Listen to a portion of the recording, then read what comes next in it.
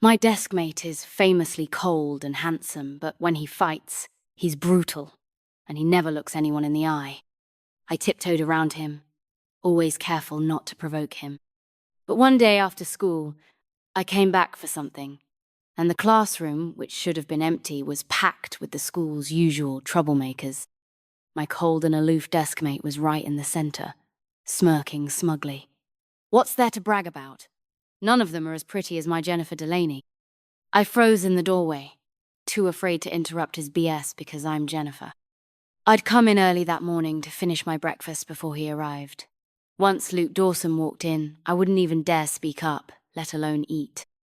Luke had top grades, came from a powerful family, and had a face that was unfairly gorgeous. But he was infamous for being icy.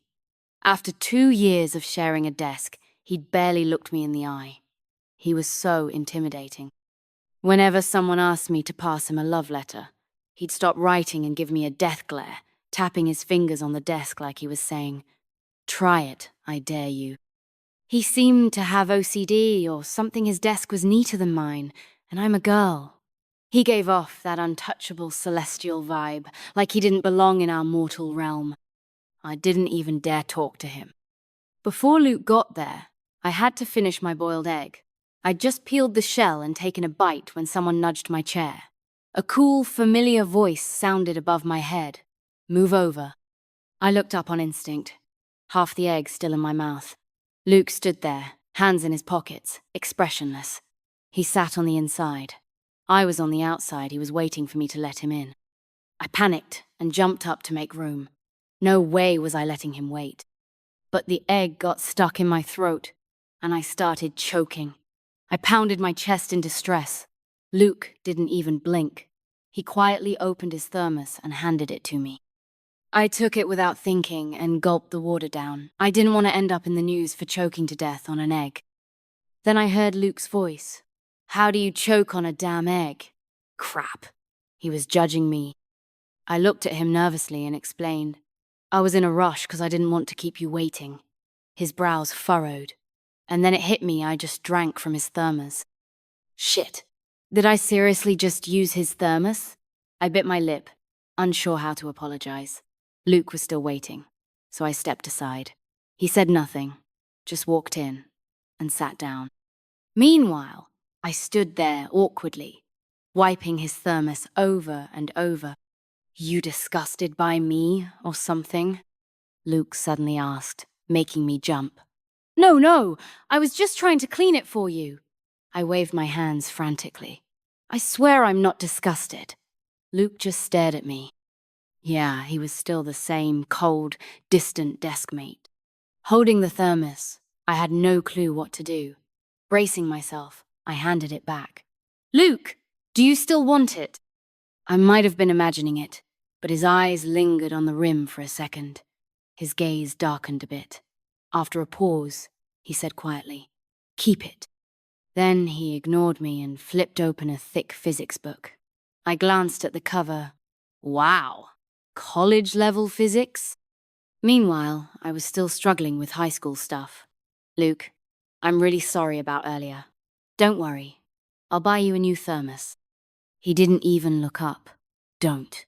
Just one cold word. I stood there drowning in regret. I definitely pissed off this big shot. I heard rumors that some thugs tried to corner him last semester, and he beat them so bad they couldn't get up. I was terrified. So for the next week, I lived in fear.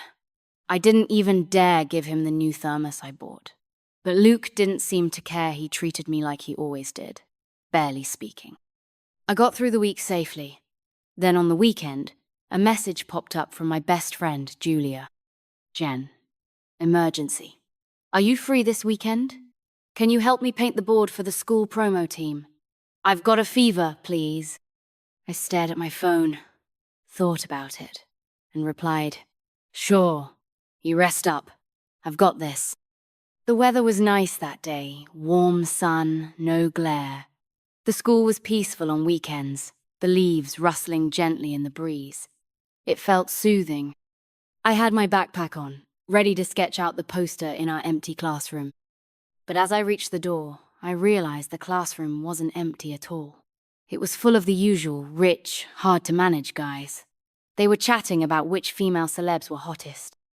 I knew they were all rich kids, used to seeing celebs at their family banquets. And right in the middle sat my cold, aloof deskmate, grinning smugly. What's the big deal? None of them are as pretty as my Jennifer. I stood frozen in the doorway, unable to interrupt his bragging. Because I'm Jennifer. One guy asked, "Yo, Luke, Jennifer's your deskmate, right?"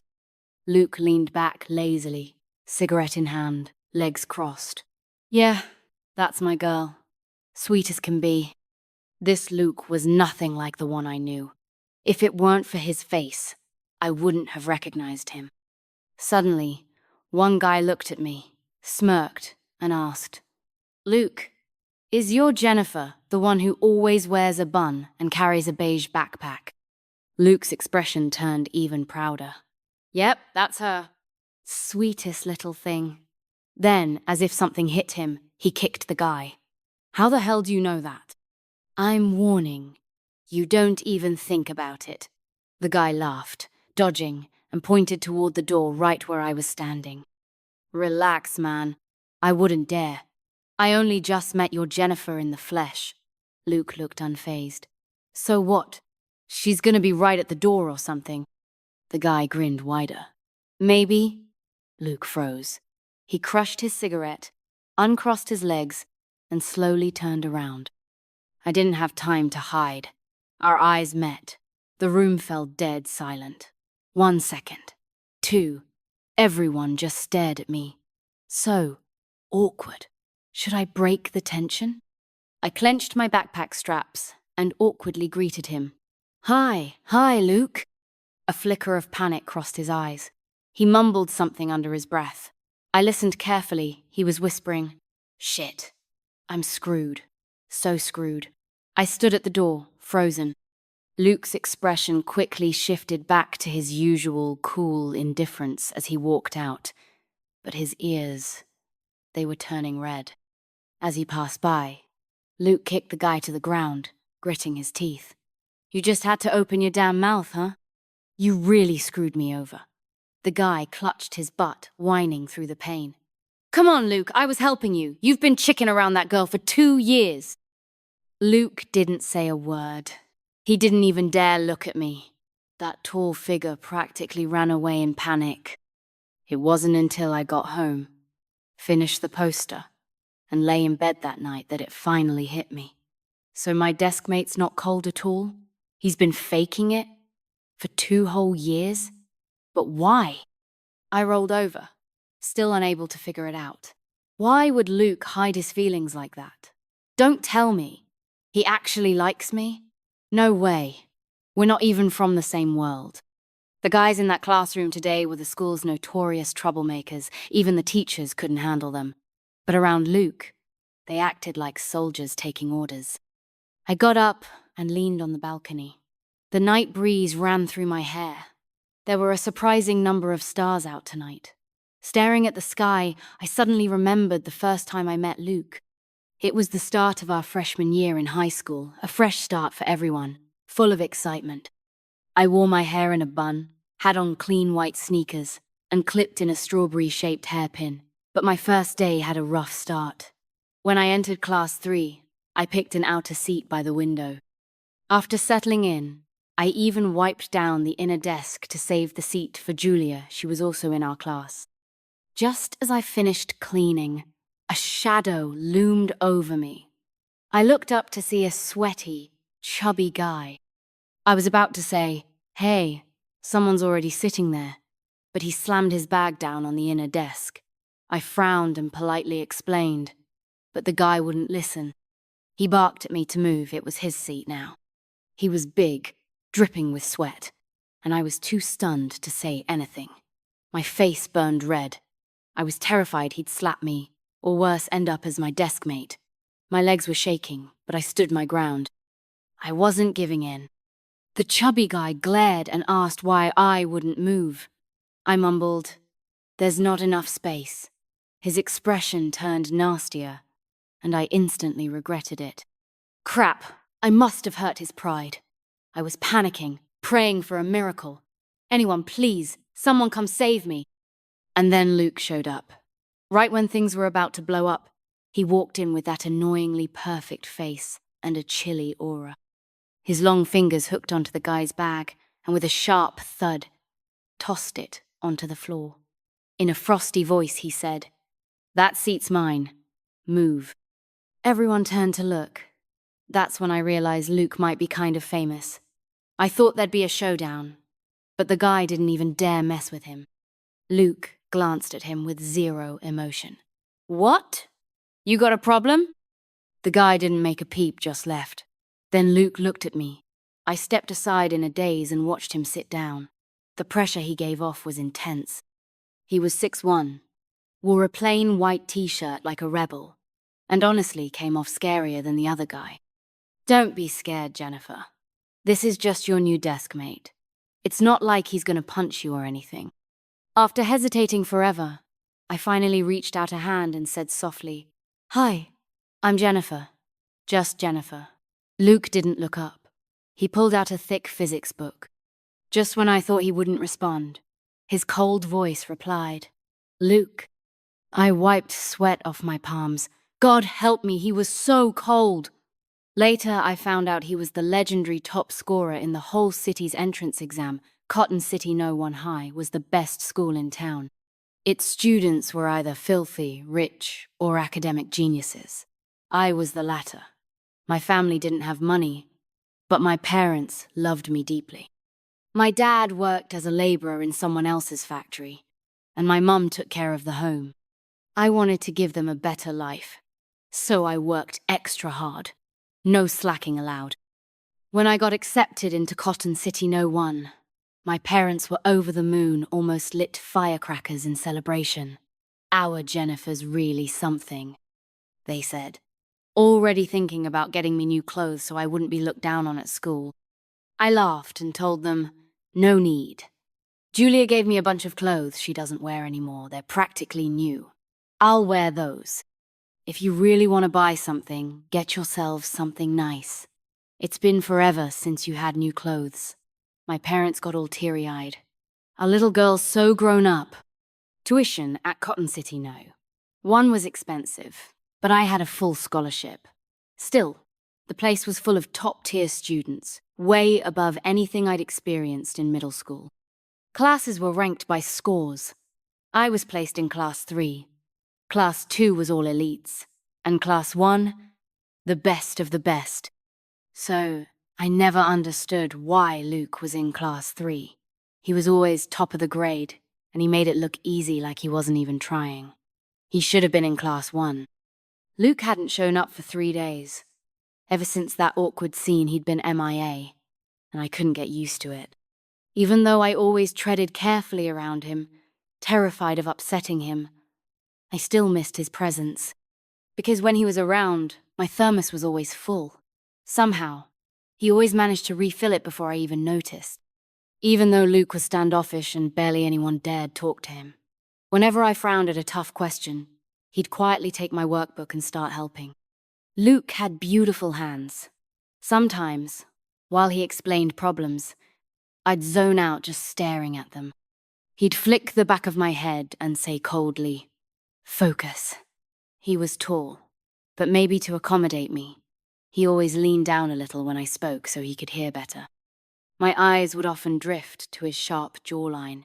It was a face that looked distant and cold, yet sometimes, just for a second, it would soften. I was always so scared of him, but now that he's gone, all I can think about is the good stuff.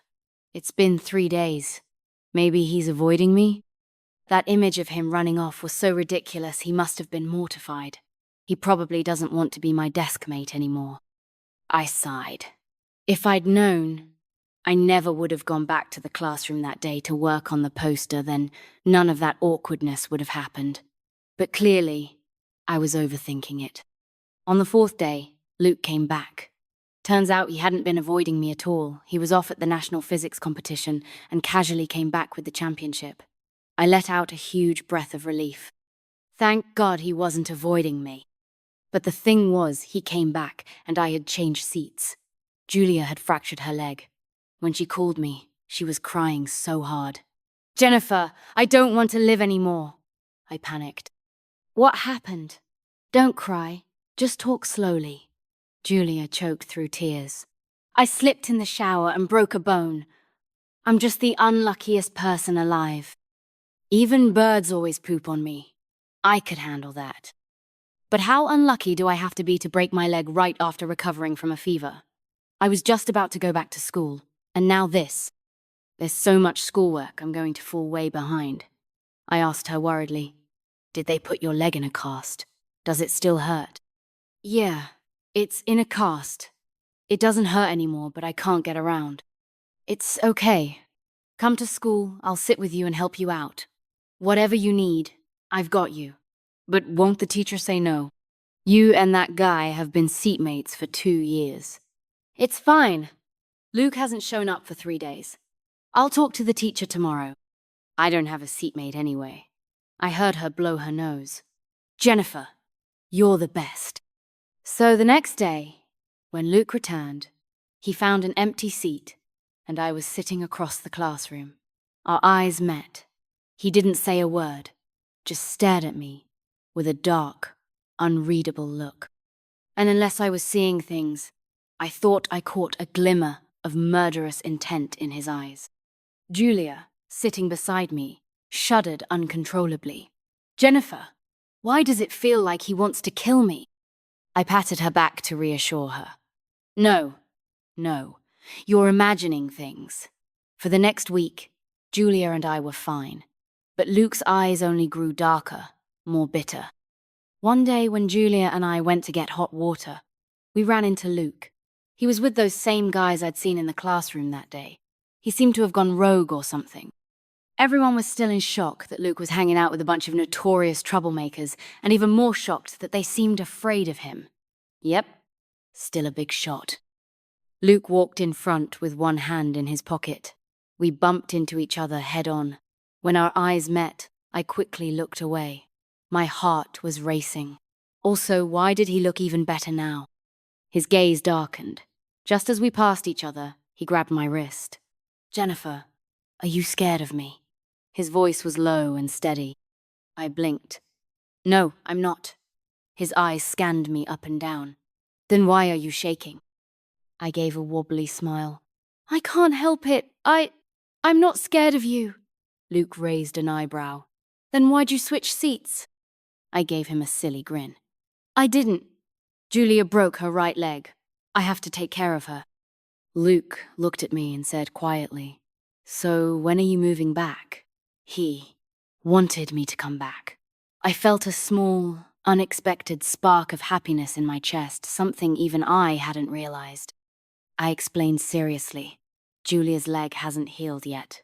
Luke let go of my wrist and said with a hint of grievance, "She doing that bad that you're her only friend?" Julia heard that and looked like she wanted to argue but was too scared. I gently replied, "No, but I'm her best friend." Luke's brown eyes locked onto me, full of emotion.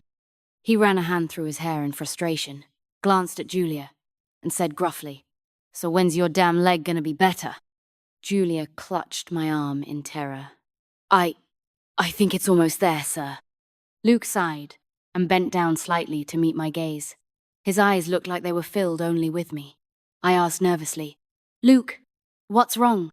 Sensing my nerves, he let out a small chuckle, then said seriously, "When she's better, you're coming back. Got it?" I looked into his eyes and nodded softly. "Got it." A month later, Julia's cast came off. Luke showed up in person to help me move back.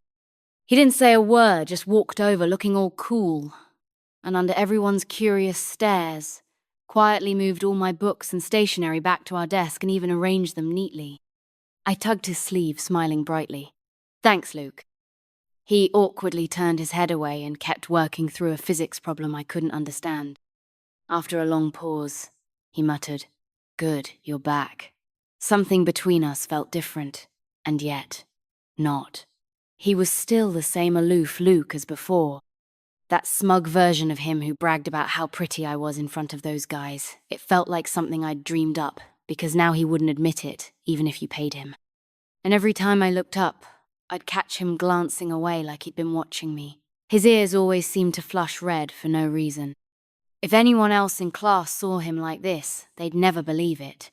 We still didn't talk much. He was always scribbling something in his notebook. One time I accidentally caught a glimpse. It said, "Jennifer observation log." No way. Was he writing a diary? Luke? I didn't buy it. I never thought I'd ever meet Luke's parents.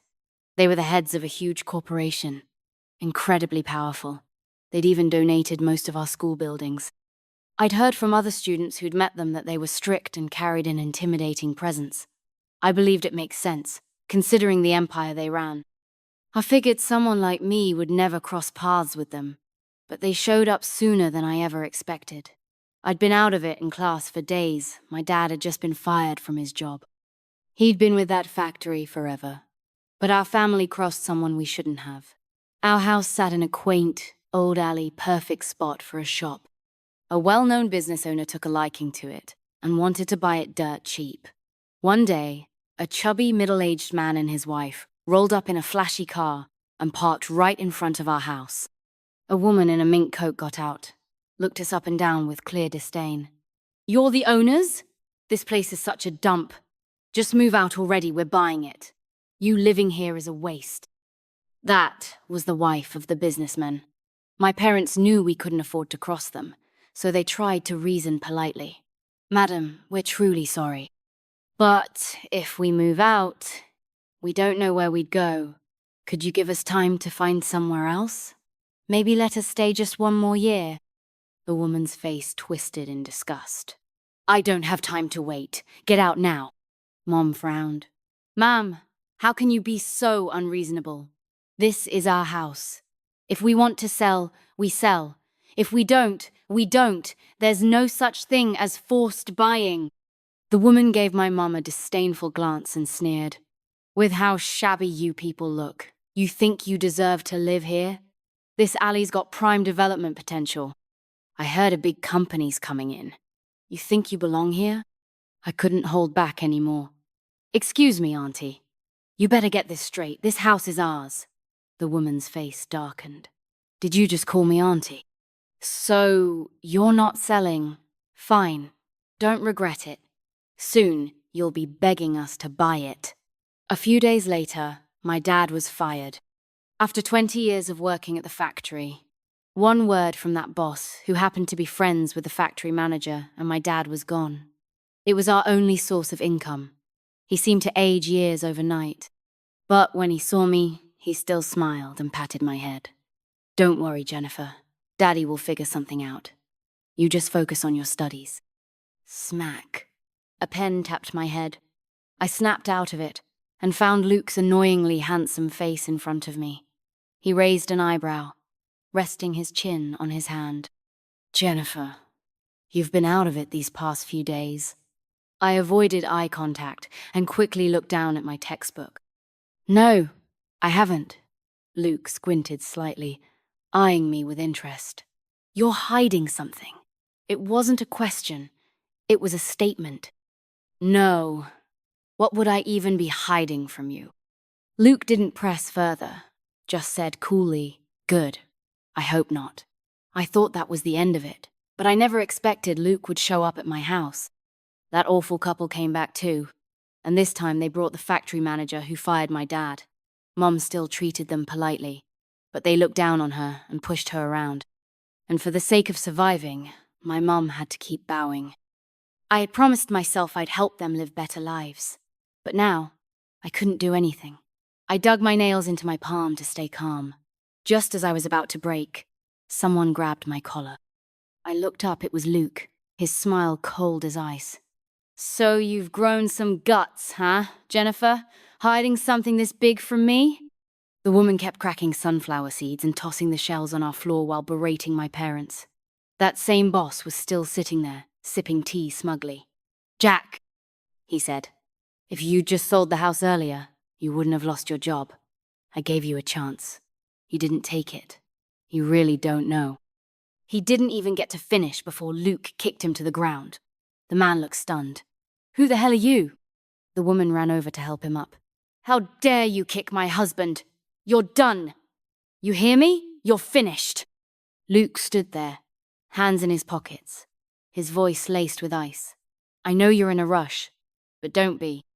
In less than 10 minutes, a line of luxury cars pulled up outside our house. The lead car stopped, and out stepped a stunning couple. The man looked gentlemanly, the woman elegant. Even before reaching the door, the woman pulled off her sunglasses and shouted, "Who the hell dares to bully my Jennifer? Do they have a death wish?" She strode over, stepped behind me, and took my hand gently, her eyes filled with affection. "This must be our Jennifer, huh? Oh, Auntie Emily finally gets to meet you. You're so sweet. I read about you in the observation log. Sweetheart, you're even sweeter than Luke said. My heart just melts seeing you." She was about to say more, but Luke cleared his throat. "Don't forget why we're here." "Right, Jennifer. Don't be afraid, Auntie Emily's got your back." Then she marched straight toward my stunned parents. The man who came with her gave me a kind nod. I whispered to Luke, "Who are they?" Luke looked a bit awkward. "My parents." Luke's parents didn't seem quite like the terrifying people I'd heard about. Auntie Emily excitedly grabbed my parents' hands. "Hello there, in-laws. Oh, wait. No, hello. Parents of my son's deskmate." Mom was so shocked she barely managed. "Hello." Auntie Emily patted her hand. "In-law, sister. Don't worry. Leave this to me. I'll handle everything." Then she pulled my mum behind her face hardening in an instant. "So it's you who want to steal our Jennifer's house." Just moments ago she was warm and friendly. Now she was a completely different person. The pressure she gave off was overwhelming. That was the presence of someone in charge. Someone you couldn't help but submit to. The middle-aged woman gulped. She never imagined the chairwoman of Dawson Group would come back us up. If she had known, not even 1,000 lives would have made her dare speak to us that way. Because the company developing this alley, it was Dawson Group. And most of Cotton City's business was in their hands. The once arrogant trio turned pale with fear. "It's a misunderstanding. Just a big misunderstanding." The factory manager shoved the couple aside and scrambled to smile at Auntie Emily and Mr. Dawson. "Mr. Dawson, Mrs. Dawson, this is all a misunderstanding. We weren't forcing anything. We just wanted to buy the Delaney family's house." Auntie Emily didn't even look at him. "And who are you? What's your rank? What's mine?"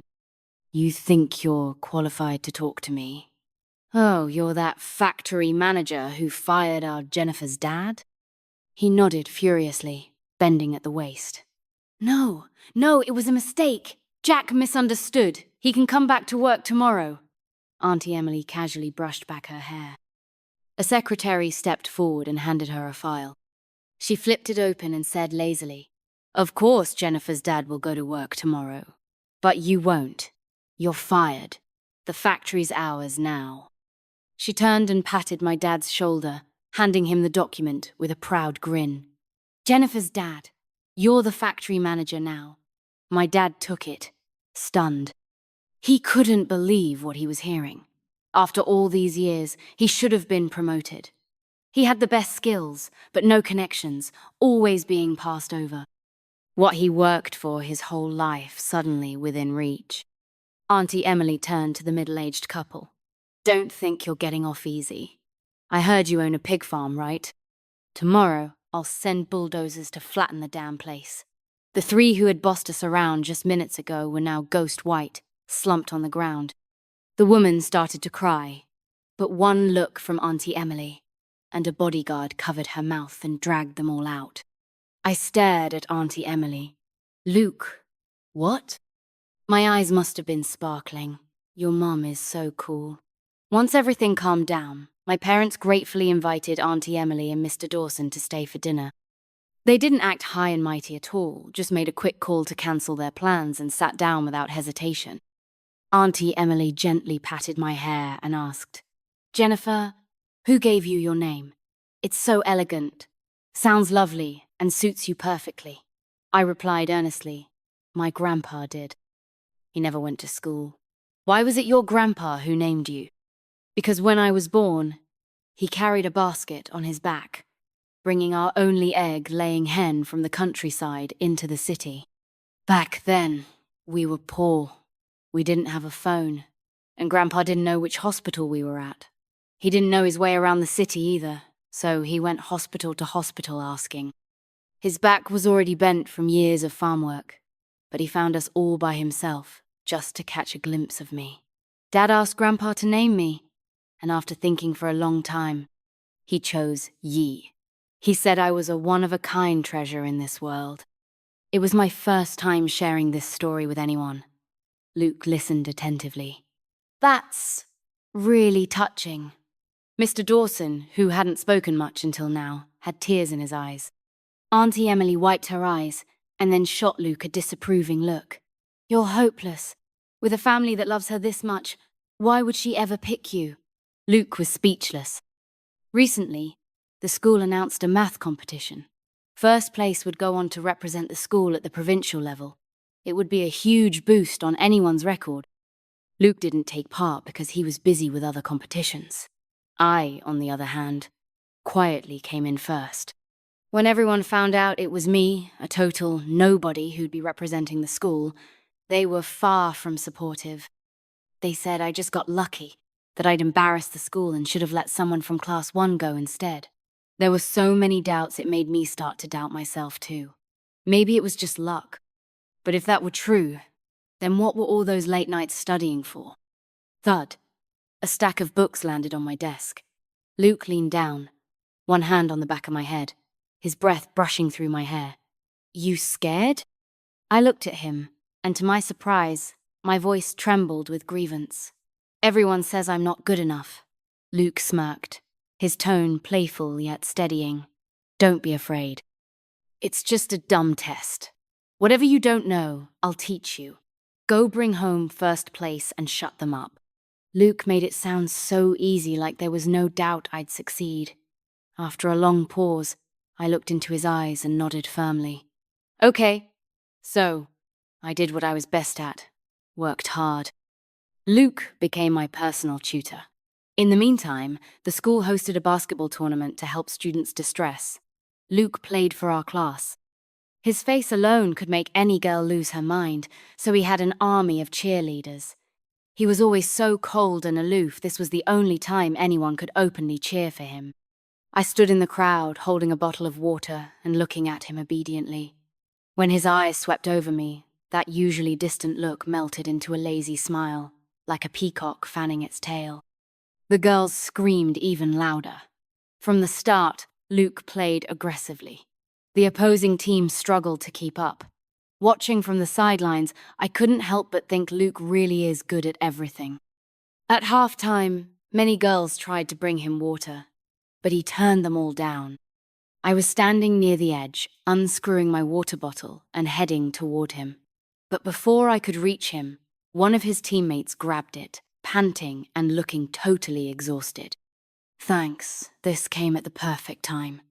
I wanted to say it wasn't for him, but seeing how bad he looked, I let it go. Then I looked up and met Luke's very, very bitter eyes. I didn't get a chance to explain before the second half started. And in that half, Luke played like a beast. He stole almost every ball, giving the other team 0 chances. He was practically crushing them, and anyone watching could feel the anger radiating off him. Even his teammates were stunned. What's with Luke? Why is he playing like he's out for blood? Another teammate wiped his sweat. Who knows? He's always been this cold mystery. Never talks. We don't even dare ask. In the final second, Luke nailed a 3-pointer to end the game no contest at all. After the crowd cleared out, I walked over. He was wearing jersey number 3, and even the wind seemed to favor him. Luke. He shoved his hands in his pockets, scowling. What? His tone was sour. Giving water to some other guy and not me, huh? Luke, could you bend down? Why should I? Just because you said so. I smiled sweetly at him. Because you will. Luke muttered under his breath. Damn it! Don't look at me like that. But still bent down obediently. I swear, you're gonna be the end of me. I pulled out a tissue and gently wiped the sweat from his forehead, leaning close to whisper in his ear. You were amazing today. That last three-pointer was beautiful. I'm proud to be your deskmate. My eyes sparkled. Luke quickly straightened up, his ears turning red. Just as I was about to leave to save him from embarrassment, he tugged the edge of my shirt. His voice was awkward. You could say more stuff like that, you know. As the math competition approached, the negative comments only got louder. To them, I was too ordinary to represent the school. They didn't believe in me. The day before the competition was Monday flag ceremony day. Luke stood on the stage as the top student of our grade. The noisy playground instantly fell silent. Everyone was stunned. The guy who always refused to speak was suddenly giving a speech. Luke was known for being cold and distant. A rare chance to hear him talk, everyone listened closely, even the principal watching with pride. Luke tapped the mic with his finger. Since everyone's here, I've got something to say. I once read a quote by Eileen Chang. Outside, the world is full of wind and rain, and all across the hills and fields is today. Luke paused for a few seconds. From the crowd, I suddenly heard my own name. My heart skipped a beat. Our eyes met across the sea of students. He smiled faintly, calm and confident. No matter what others say about you, just stick to what you believe is right. If you want something, go for it. Life is short, but it's full of moments. I hope you can give it your all while you're still young, so you won't have any regrets. And as for me, people say I act like I own the place. But for you, I'd always bow my head. Then Luke glanced over the whole crowd, his voice light. Sorry to take up your time. I just wanted to cheer on my little deskmate. Even if no one else believes in you, I do. Don't be nervous for the competition. You've worked hard enough. Everything I could teach you, I already have. With that, Luke set down the mic and walked off the stage with one hand in his pocket. The entire crowd was stunned, silent, until someone shouted, Holy crap, Luke's a legend. That was badass. Then the whole school snapped out of it. Whistles erupted everywhere. Wait, was that a confession? I don't care. That was too cool. Is this the same cold as ice Luke we all know? Did he just confess in front of the principal? Jennifer's the one going to the math competition. She must be pretty amazing if Luke thinks so highly of her. I feel honored just hearing that speech. I seriously thought it was going to be something formal and educational. Classic Luke, never plays by the rules. Now it makes sense why Luke suddenly agreed to a flag ceremony. Speech dudes out here charging into battle for love. I can't believe it. Our aloof god just became human. I stood frozen among my classmates, holding my chest. My heart was pounding so fast it felt like it would leap out. All I could hear was my own heartbeat. Crap, I think I'm in love. God, I've really fallen for Luke. That night, after packing for the trip, I stood on the balcony, lost in thought under the cold wind. After hesitating a long while, I finally made the call. Hey, Desky. His voice came through the phone with a hint of a smile, warmer than usual. I softly said, Luke, yeah, I'm here. I heard the flick of a lighter. On the other end, he was lighting a cigarette. I always knew he smoked. There was always a faint scent of tobacco on him, not unpleasant. But he never smoked around me. Luke, I've made a very serious decision. Maybe because he was smoking. His voice came through, muffled but patient. Go on. I took a deep breath and spoke firmly. If I win first place, I'm going to confess to you. The line went silent. Luke didn't say anything, and I waited nervously. Then suddenly, shit, I asked. What happened? Luke's voice came low, a little aggrieved. Nothing.